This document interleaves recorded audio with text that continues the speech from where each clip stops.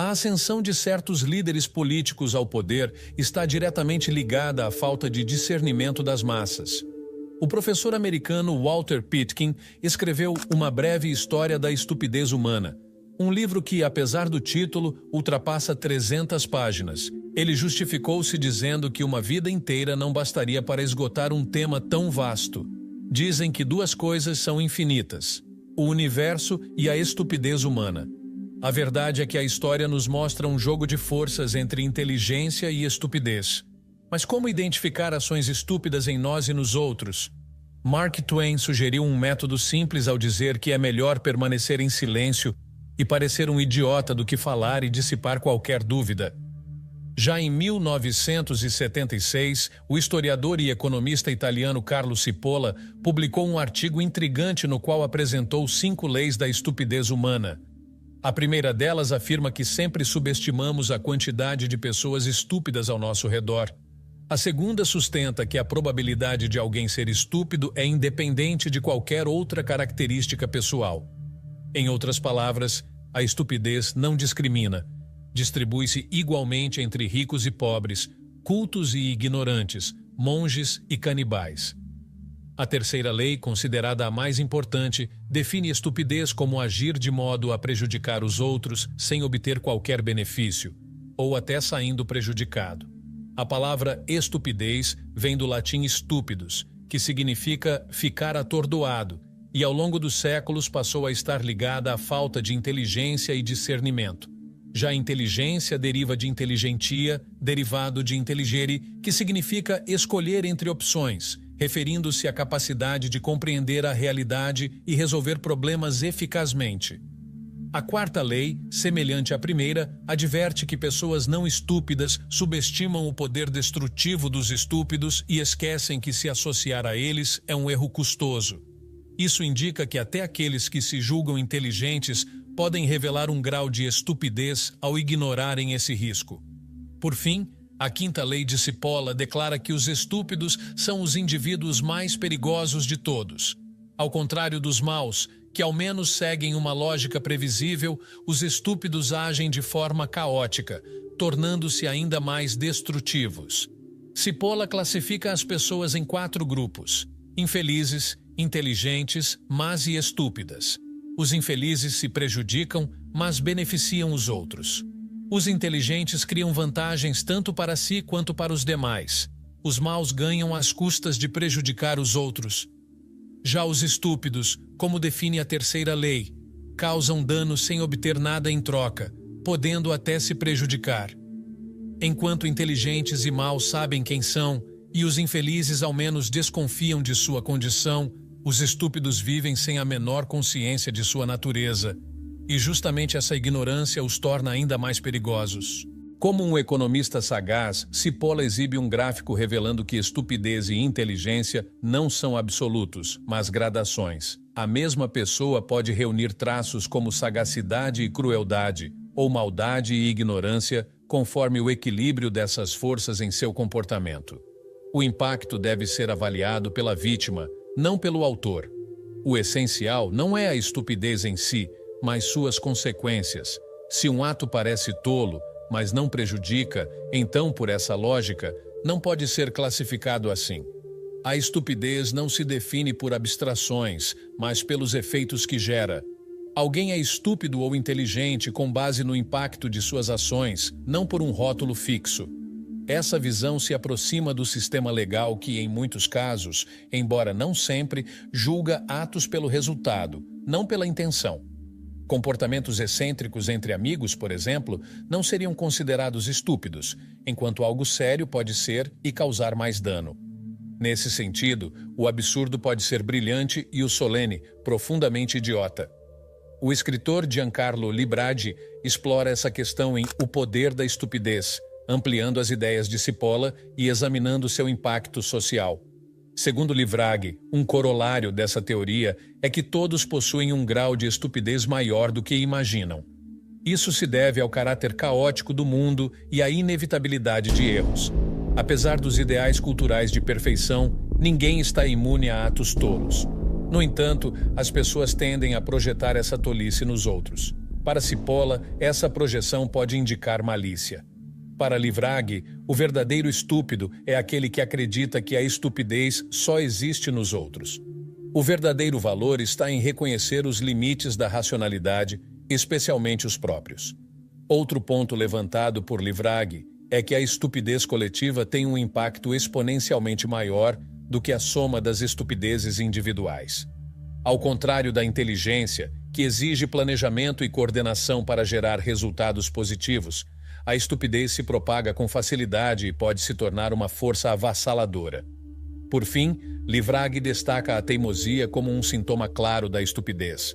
A incapacidade de revisar crenças ou admitir erros, mesmo diante de evidências contrárias, leva muitas pessoas a sustentarem aparências em vez de reavaliar suas posições, ampliando os efeitos negativos da ignorância. Ele observa que, embora a racionalidade humana seja incerta, as pessoas são obcecadas por coerência e imagem. Uma vez tomada uma decisão, resistimos a admitir enganos, reforçando a ilusão de que estávamos certos desde o início. Esse fenômeno foi amplamente estudado por Leon Festinger, criador da teoria da dissonância cognitiva. Festinger argumenta que as pessoas sentem desconforto ao sustentar crenças conflitantes. Por exemplo, se apoiamos o partido A, mas nos identificamos mais com as propostas do partido B, em vez de mudar nosso voto, buscamos justificativas para manter a lealdade. Mesmo ideias irracionais podem parecer persuasivas, especialmente quando sustentadas por argumentos sofisticados. Um exemplo de crença equivocada no passado pode ser encontrado em antigos relatos sobre os corpos de pessoas afogadas. A ideia de que mulheres afogadas flutuavam de bruços para ocultar seus órgãos genitais, enquanto os homens ficavam de face para cima, reflete como mitos pseudocientíficos podem persistir por séculos sem questionamento. O psicólogo Robert Sternberg, renomado por seus estudos sobre inteligência, aprofunda essa reflexão no livro Por que Pessoas Espertas Podem Ser Tolas? Ele aponta que a tolice não se limita aos ignorantes. Até os brilhantes podem agir de modo insensato, especialmente se acreditam ser inteligentes demais para errar. Sternberg nota que no Ocidente, a educação foca no desenvolvimento da inteligência, mas de maneira restrita, deixando de lado outros aspectos do pensamento racional. Ele relata que certa vez recebeu um e-mail de alguém que sonhava em se tornar a pessoa mais inteligente do mundo, decorando toda a enciclopédia britânica. Para Sternberg, isso exemplifica uma visão limitada da inteligência. Muitas vezes, classificamos certos comportamentos como tolos, não porque se opõem à inteligência no sentido tradicional, mas porque entram em conflito com a inteligência prática e a sabedoria. Esta última consiste na aplicação do conhecimento tácito, guiado por valores, para promover o bem comum. Já a estupidez seria fruto de uma aquisição distorcida desse conhecimento, orientada por valores que não favorecem o bem-estar coletivo. Como exemplo, ele cita o empresário que, movido pelo orgulho ferido ao perder um contrato importante, toma decisões impulsivas para prejudicar sua própria empresa, priorizando a vingança imediata em detrimento de sua estabilidade financeira, de seus funcionários, de sua reputação e do próprio negócio que construiu. Outra ilustração da estupidez é a Guerra de Troia, que se estendeu por anos devido ao capricho de uma única pessoa, sacrificando milhares de vidas. Ele amplia essa ideia para as guerras em geral, que muitas vezes servem aos interesses de poucos, em prejuízo do bem-estar da sociedade, e incluem cenários em que benefícios imediatos são colocados acima dos de longo prazo. A sabedoria não se resume a maximizar ganhos individuais, mas a encontrar um equilíbrio entre os próprios interesses e os dos outros.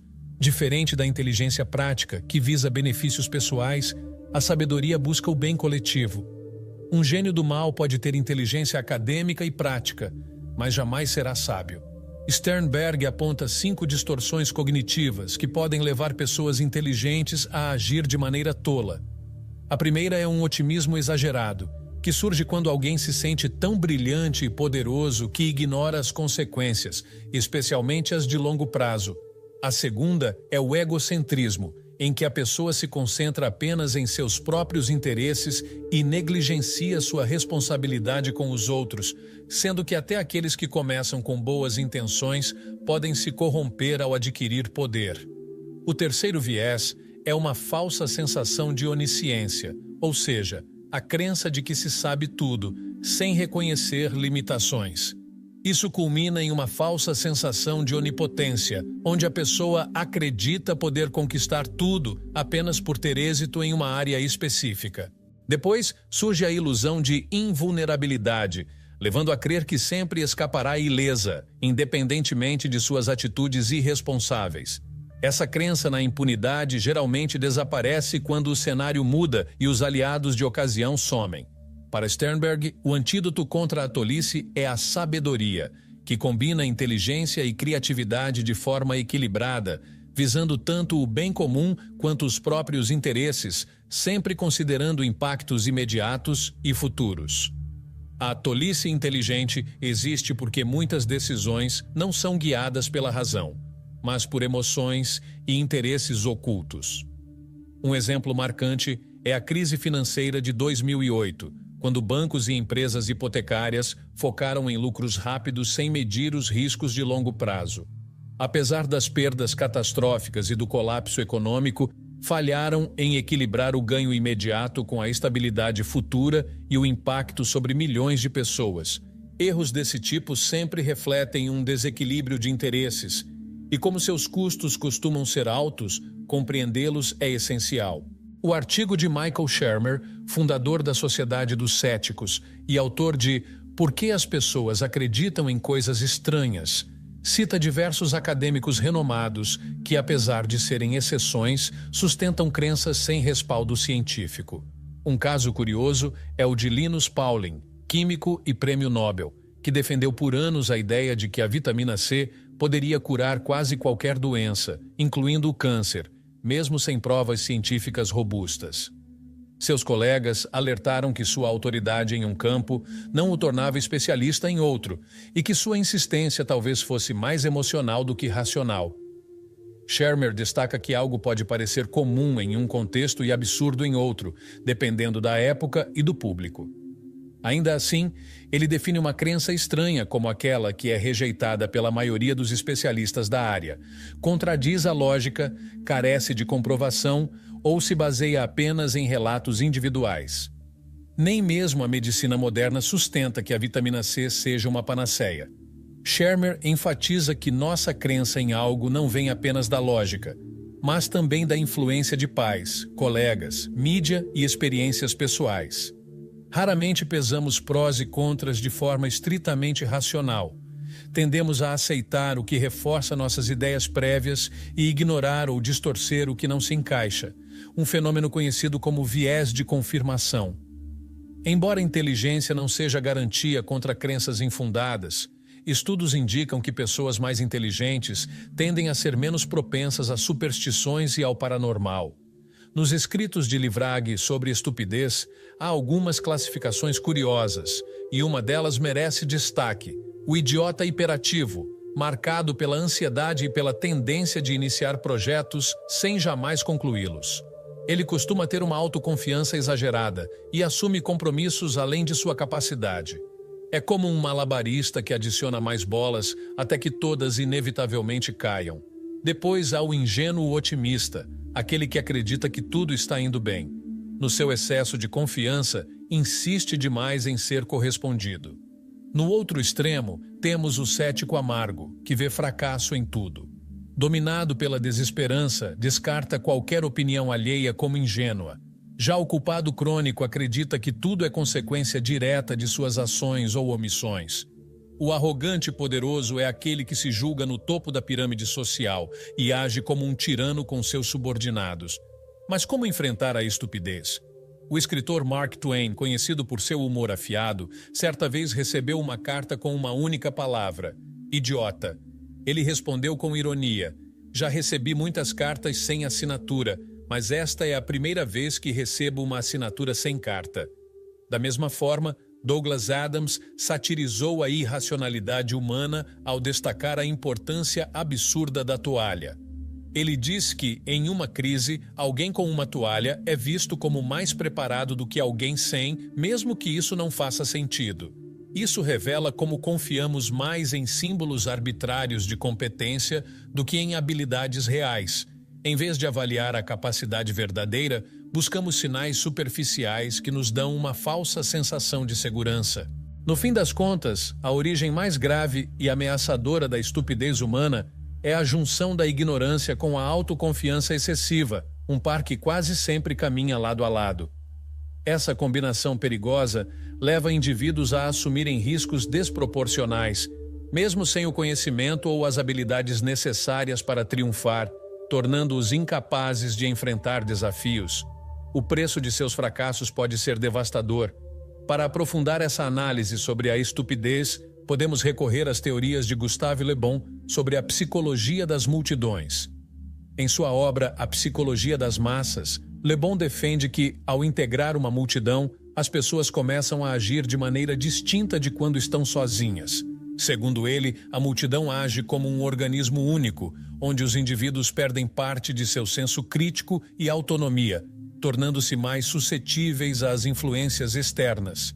Ele aponta que, dentro de uma multidão, as pessoas entram em um estado de sugestão coletiva que reduz drasticamente sua capacidade de julgamento e senso de responsabilidade. Sob esse efeito, tornam-se presas fáceis da manipulação e do contágio emocional, reagindo de forma mais impulsiva e irracional.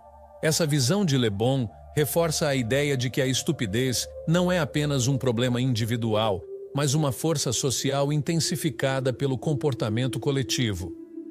A dinâmica das massas e a influência determinante dos líderes carismáticos em sua condução ilustram esse fenômeno. Como disse Martin Luther King Jr., nada no mundo é mais perigoso do que a ignorância sincera e a estupidez consciente.